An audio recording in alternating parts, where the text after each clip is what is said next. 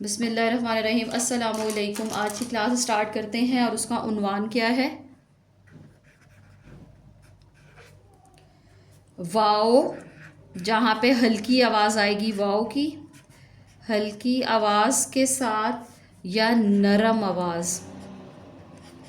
जब भी वाओ जो है वो खे और गाइन के बाद आता है तो अपनी आवाज़ जो है वो हल्की कर देता है।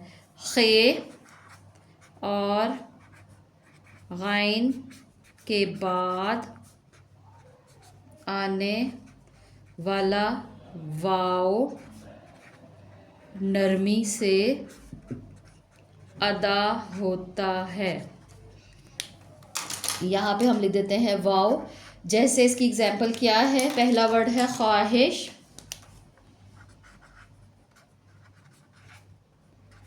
तो इसके क्या हिजे बनेंगे? खे, वाओ अलिफ वा, हे गोल और शीन पूरा। क्या बन गया? ख्वाहिश। इसमें जो ये वाव है इसको आप सर्कल करें। ख्वाहिश, इसमें वाव की आवाज़ पूरी नहीं आ रही, बल्कि ये खे के बाद आने वाला वाव जो है ये हल्की आवाज़ में पढ़ा जा रहा है।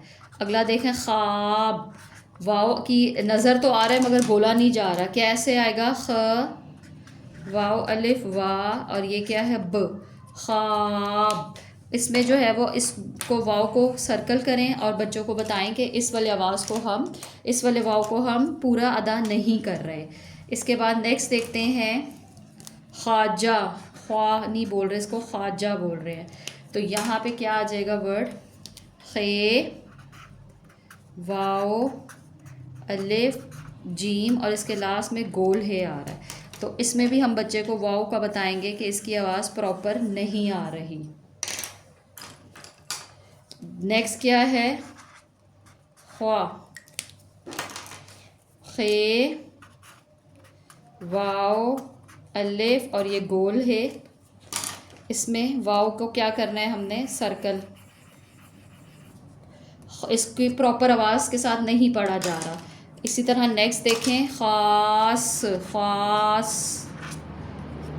इसमें क्या इसके हिजे बनेंगे? खे, वाव अलिफ और ये क्या आ जाएगा? स्वाद। तो इसमें ये देखें वाव जो है वो प्रॉपर नहीं अदा हो रहा। ये वो वाले अल्फाज हैं जो हम हल्की नरम अदायगी इनकी होती है। नेक्स्ट देखते हैं, ये खे के बाद आने वाले अल्फाज थे, अब हम गाइन के बाद आने वाले अल्फाज करेंगे। यहाँ पे इसकी भी निशानी यही है कि ये देखें, इसको थोड़ा नीचे कर। गाइन के बाद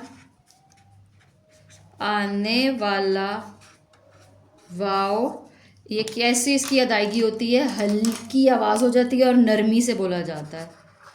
हल्की आवाज़ और नरम अदायगी। अपनी पूरी आवाज़ के साथ ये वाला वाव नहीं आता। इसमें क्या वर्ड बन रहा है? जैसे गौर। तो कैसे इसको हम लिखेंगे? ये गाइन की आधी शक्ल के साथ वाव और फिर ये रे। और इसमें आप बच्चे को बता दें कि ये वाला वाव जो है इसके ऊपर फोकस है, इसकी अपनी पूरी आवाज़ नहीं इधर बोल रहा। अगला क्या वर्ड आ जाएगा? गौस। कैसे इसकी बनेगी? गाइन की आधी शक्ल, वाव और फिर ये स। इसमें भी हम क्या करेंगे? इसको वाव को सर्कल करके बताएं। आगे क्या आ जाएगा? गौरी। हल्का, वाव के ऊपर ज़्यादा हमने ज़ोर नहीं देना इसमें, क्योंकि ये वो वाला वाव है जो गाइन और खे के बाद आता है और ये हल्की अदायगी इसकी होती है। और लास्ट क्या है इसका? गौसिया। गाइन, वाव, स, या और फिर आगे हे। ये अब इन अल्फाज को हम जो है वो देख लेते हैं कि जुमले में कैसे इस्तेमाल होंगे। जैसे हम ख्वाब, ख्वाब का क्या जुमला बनाएंगे? मुझे अच्छा ख्वाब आया। जैसे हमने एक बात की है गौर की, तो किसकी बात गौर से सुननी चाहिए? उस्ताद की बात पर गौर करो। नेक्स्ट क्या आ जाएगा? ख्वाहिश, मुझे पढ़ने की ख्वाहिश है।